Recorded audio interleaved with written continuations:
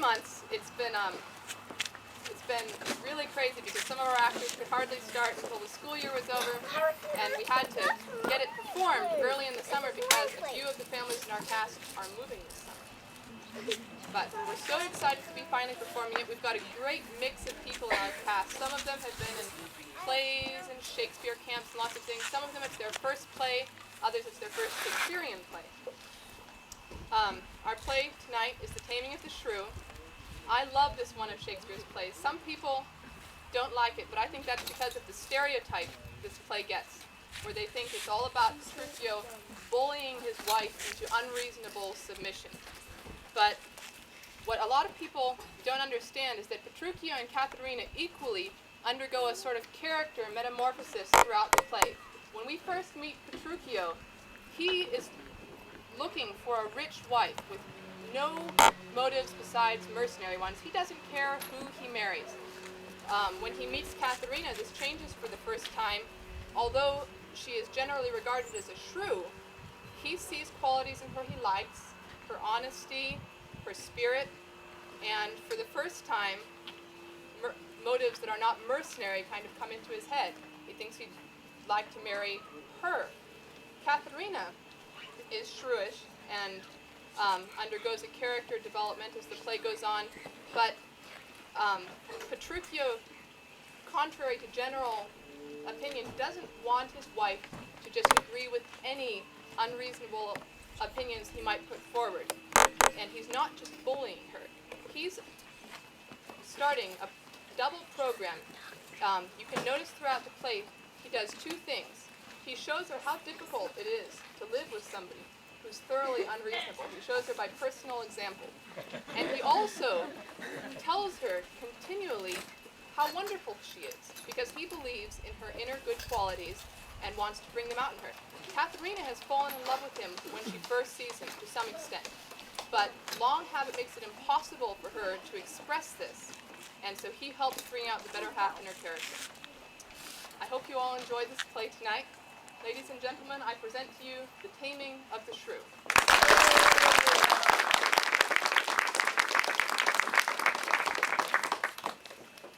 Oh man, I did the chant. No. Oh, I wanted to tell her.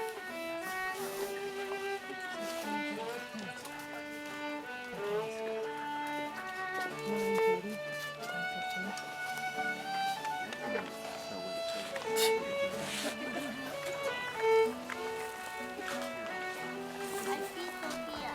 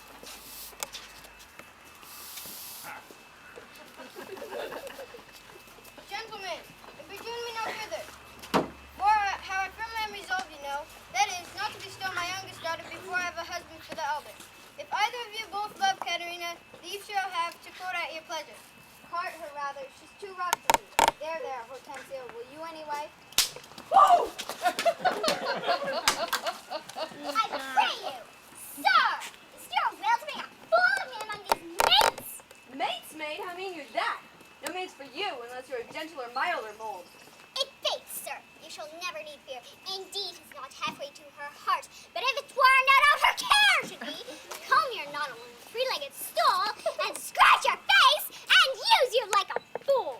From all such devils, good Lord, deliver us. And me too, good Lord. Hush, master. Here's some good pastime toward. That wench is stark mad, or wonderful forward. But in others, sons do I see. May smile behavior and sobriety. Peace, Trania. Gentlemen, I read what I said. Bianca, get thee in. Let it not displease thee, good Bianca. For a lovely nevertheless, my girl. A pretty pet. Best put finger in the eye and shame you on. Sister, content you in thy discontent. Sir, to a pleasure humbly I subscribe. My books and instruments shall be my company. On them to look and practice by myself. Senor Baptista, will you be so unnatural a father? Why will you shut her up, Senor Baptista, for this fiend of hell, and make her bear the penance of her tongue? Gentlemen, content ye, I am resolved. Go in, Bianca. Schoolmasters I will keep within my house, fit to instruct to use. If you, Hortensio, or Senor Gremio, you know any such, do send them hither, and so farewell. Katerina, you may stay, for I have more to commune with Bianca. Why, I may go too, may I not? You may go to the devil's dam. My friend, we'll have to wait. Farewell. Yet for the love I bear my sweet Bianca. If I can find a fit tutor, I will send him to her father. So will I, Senor Gremio, but a word I pray. In order that we may yet again be rivals of Bianca's love, we must effect one thing. What's that, I pray? Marry, sir, to get a husband for her sister. Husband? A devil. I say a husband. I say a devil. Thinkst thou, Hortensio, though her father be very rich, any man is so much a fool as to be married to hell? Hush, Gremio, thou hast the patience of mind to endure her shrieks. There are good men who would take her, with money enough. How say you, Senor Gremio? I am agreed. With that we might find someone to woo her and wed her and rid the house of her. Come on.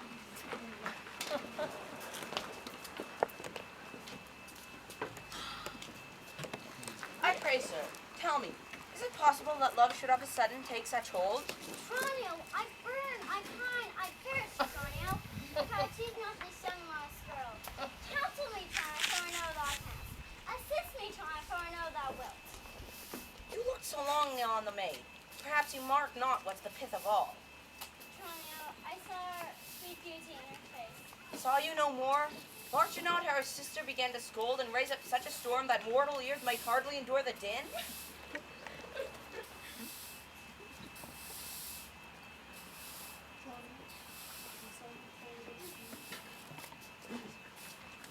Tranio, I saw her coil lips to lips, and with her breath she did perfume the air.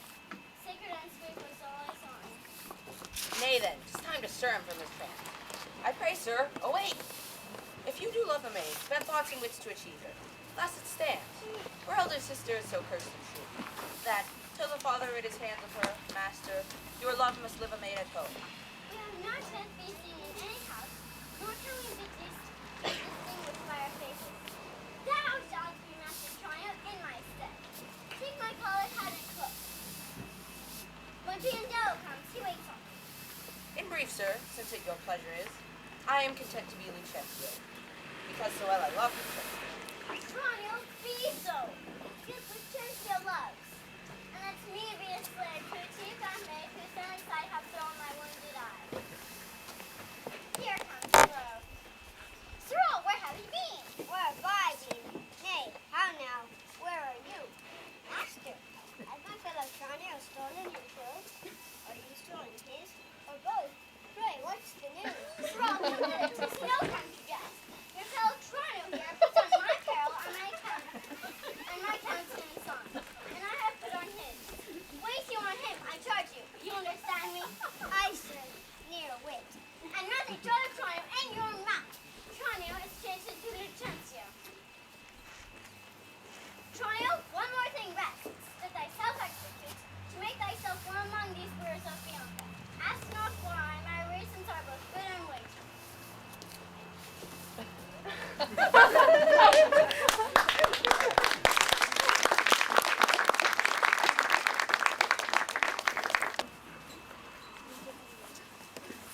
Verona, for a while I take my leave, see my friends in Padua, but first of all, my best beloved and approved friend, Hortensio. And I trow this is his house. Here's the raw, Grumio, knock I say. Knock, so whom should I knock? Is there any man who would abuse your worship? Villain, I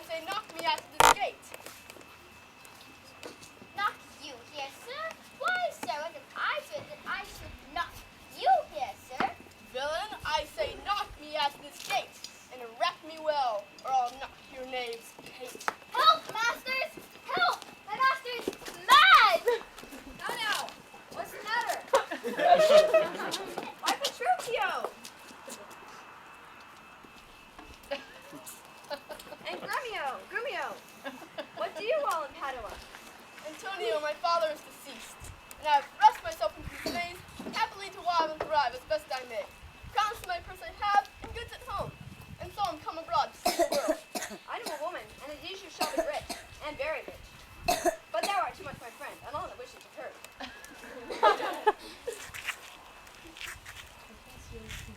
Hortensio, peace. Hortensio, twixt the twins we, few words suffice. And therefore, if thou know and rich enough to be Petruchio's wife, be she as foul as Florentius' love, as old as Sybil, and as cursed and shrewd as Socrates' Xanthia or worse. She moves me not. I come to wive it wealthily in Padua. If wealthily, then happily in Padua. Nay, look you, sir, he tells you flatly what his mind is. I give him gold enough to marry him to a puppet, or an oath-based narrative in her head. Though she has many diseases, as 250 places. Why, nothing comes amiss. So money comes with all. I can Petruchio held thee to a wife, and young and beauteous. Her only fault, and that is fault enough, is that she is intolerable cursed, and shrewd and forward beyond all measure. I would not wed her for a mind of gold. Hortensio, peace. Thou knowest not gold's effects. Tell me your father's name, it is enough, for I will have her though she tried as loud as thunder. Her father is Baptista Manola. Her name is Caterina Manola. I know her father, though I knew not her. And he knew my deceased father well. I will not sleep, Hortensio, till I see her, and therefore let me be less bold to leave you, even at this first encounter, unless you will accompany me thither. Tarry, Petruchio, I must go with thee. For in Baptista's keep my treasure is. He hath the beauty of my life and hold. His youngest daughter, beautiful Bianca. But none shall have access unto Bianca, until Caterina the Cursed got a husband. Caterina the Cursed? A title for a maid! Of all titles, the worst. Now shall my friend Petruchio do me grace, and offer me disguise in silver robes.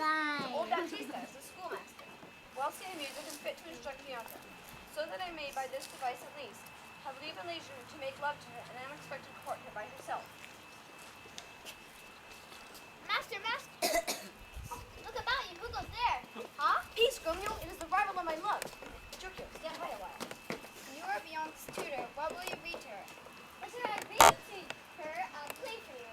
And Prometheus herself her stone place. Yea, and perhaps with more successful words. And you, unless you are a scholar, sir. Oh, this learning, what a thing it is. Oh, this woodcock, what an ass it is. Grumio, monk. God save you, Signor Grumio. And you are well met, Signor Hortensio. Tell you whither I am going? To Baptista Manola. I promised to inquire carefully about a schoolmaster for the fair Bianca. My good fortune I have laid it all in this seminary, well read in poetry and other books. Good ones, I believe. Tis well, and I, my gentleman, have promised to help me to another. So shall I know what be behind in duty. To fair Bianca, so beloved of me. Beloved of me, and that my deeds shall prove. Grumio, now is time to vent our love. Listen to me, and if you speak to me, I'll tell you news indifferent good for either. Here's a gentleman whom by chance I met, will undertake to woo cursed Caterina, yea, marry her, as her dowry please. So said, so done as well. Hortensio, have you told him all her faults? I know she is the earth for brawling skulls. If that be all, masters, I fear no harm. But will you woo this wild cat? Will I live? I come I hither with that intent. Think you a little din can daunt mine ears? Have I not in my time heard lions roar?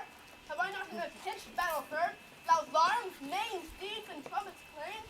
And do you tell me of a woman's tongue that gives not half so great a blow as but a chestnut in a farmer's fire? Gentlemen, God save you. If I may be bold, tell me, I beseech you, which is the readiest way to the saloon of Baptista Manola? He that has the two fair daughters. Is he, you mean? Even he. Beyond doubt, let's away. Sir, where do you go? Are you a suitor to the maid you talk of? Yea or no? And if I be, sir, is it any offense? No, without more words, you will get you hence. Why, sir, I pray? Are not the streets as free for me as for you? But not so is she. For what reason, I beseech you? For this reason, as we know, that she's the choice love of Signor Grumio. That she's the chosen of Signor Hortensio. Softly, my masters. If you be gentlemen, do me this right. Hear me with patience. fair Lida's daughter had 1,000 wounds. Then well one more may fair Bianca have, and so she shall. Lucentio shall make one. Sir, let me be so bold to ask you. Have you ever yet seen Baptista's daughter? No, sir, but here I do that he hath two. One is famous for a scolding tongue, as is the other for beauteous modesty. Sir, let her go by, and understand that this of me ensues. The youngest daughter whom you heart before, her father keeps in all acts of pursuit, and will not promise her to any man until the elder sister first be wed.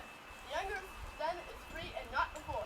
If it be so, sir, that you're the man, and if you break the ice and do this feat, achieve the elder, set the younger free. For our access, whose hap will be to have her, shall not so graceless be to be ingrate. Sir, you must as we do gratify this gentleman, from whom we all rest, generally beholding. I shall not be slack.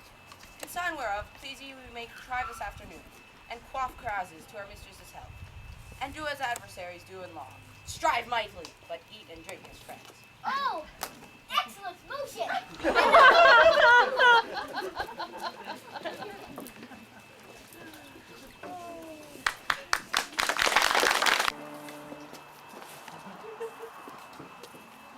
Good sister, wrong me not, nor wrong yourself to make a bondmaid and a slave of me.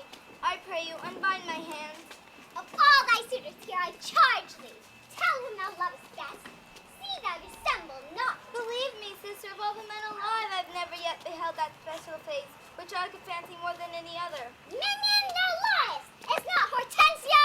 If you do love him, sister, here I swear, I'll plead for you myself, and you shall have him. Oh, then, belike you fancy riches more.